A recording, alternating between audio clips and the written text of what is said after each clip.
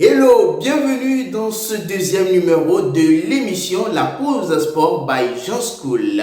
Nous démarrons ce numéro avec l'actualité sportive où nous aborderons du déluge qui s'était déroulé au Riad Air Metropolitano où le Real Madrid s'est incliné sur le score de 5-2 face à l'Atlético de Madrid. Nous irons tout directement à St. James Park où Arsenal s'est sauvé à la dernière minute face à Newcastle, score final 2-1. Nous aborderons aussi les statistiques de ces derniers temps de l'entraîneur de Manchester United, Ruben Amorim, qui s'est incliné le week-end dernier sur le score de 3-1 face à Brentford.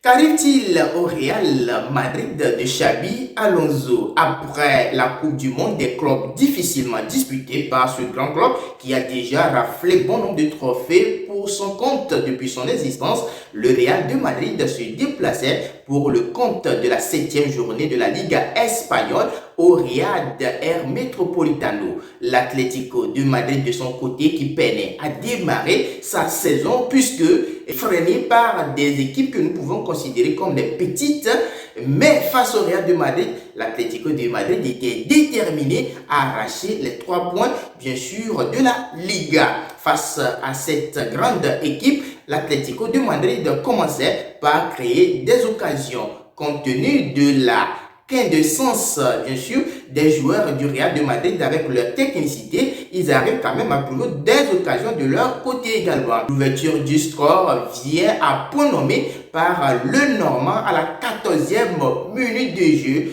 sans compter sur les grands talents du côté du Real de Madrid avec l'égalisation de Kylian Mbappé et aussi le break de Arda Güler. Mais 7 minutes d'arrêt de jeu, Arlassader Sorloth arrive à égaliser 2 buts partout à la mi-temps. De retour des vestiaires, l'Atlético de Madrid qui montre un autre visage de ce match a réussi à mettre 2 buts successivement de Julián Alvarez, bien sûr, et ensuite de Anthony Griezmann à la dernière minute qui plonge le Real de Madrid dans l'enfer du foot espagnol. Qu'arrive-t-il réellement à ce nouveau entraîneur qui perd déjà des ailiers droits de son côté? Cavaral qui sera bien sûr absent pour quelques jours ainsi que Arnaud aussi qui sera absent. Maintenant, nous nous posons la question, Xabi Alonso est réellement la solution pour ce Real qui est depuis un certain moment en difficulté avec des combinaisons en milieu de terrain avec Jude Bellingham, Kylian Mbappé et Vinicius de l'autre côté, sans oublier Brahim Diaz de ce côté et également des recrues avec ce club que nous espérons toujours voir dans cette concurrence de la Liga. Au St. James Park, c'est Arsenal de Arteta qui s'y rendait pour affronter Newcastle. Une rencontre qui, depuis ces dernières années, nous montre qu'il y a un grand match entre ces deux équipes et Newcastle qui mettait en difficulté Arsenal. L'autre fois, pour le compte de cette 6e journée de la Première Ligue, l'histoire se répétait. C'est Newcastle qui ouvrait le score à la première mi-temps de jeu. Très difficilement à la seconde mi-temps, Arsenal a réussi à revenir au score avant d'avoir cette délivrance de Gabriel. Un match fou de par le spectacle, de par la pression, de par le système de jeu mis en place par Arteta pour quand même revenir dans ce match et aussi démontrer la suprématie de ce club Arsenal qui, de par ses ambitions, veut avoir la Première Ligue cette année. Toujours en Première Ligue, nous aborderons cette rencontre qui opposait Crystal Palace à Liverpool. Les Reds, déjà confirmés en étant une équipe complète, n'ont pas réussi à damer le pion à la Crystal Palace, cette équipe qui, depuis un certain moment, ne faisait qu'aligner des victoires et aussi mettre en difficulté les grandes équipes. Victoire finale 2-1. Il faut que les hommes de Arne Sorloth commencent déjà par réfléchir puisqu'il y a bon nombre de compétitions dans cette année.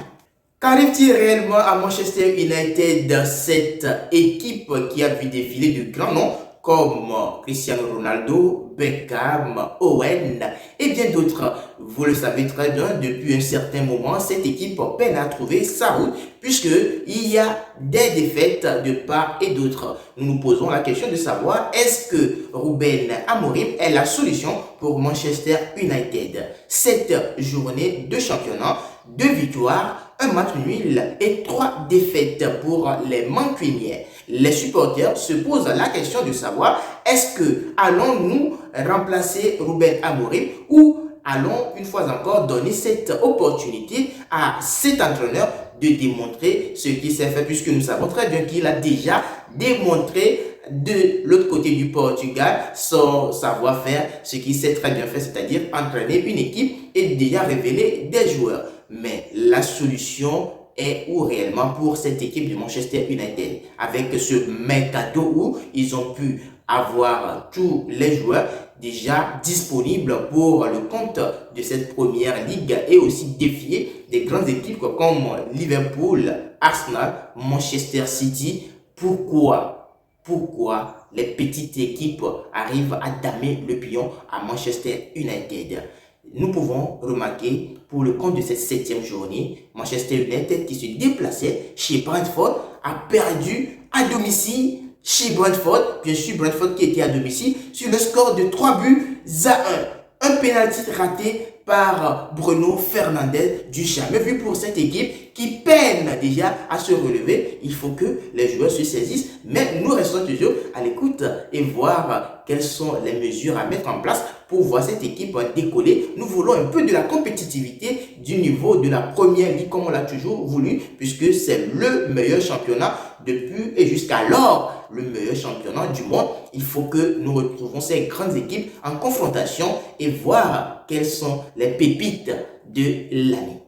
Et c'est sur cette note de statistiques des Red Devils que nous achevons ce 2e numéro de l'émission La Pause by Jean School. Et comme bonus, je vous informe que le Bénin est en lice pour participer à la Coupe du Monde 2026. Gardez-le évidemment dans vos agendas, mettez-le dans vos calepins puisque le Bénin est de retour pour la Coupe du Monde. Une équipe qui a beaucoup travaillé, qui a eu à améliorer les conditions, à mettre en place les infrastructures pour que cette équipe béninoise puisse participer bien sûr à la Coupe du Monde 2026 et nous vous félicitons les Béninois. Nous serons bien sûr avec vous à vous supporter malgré que notre pays, le cher le Togo, n'y participe pas.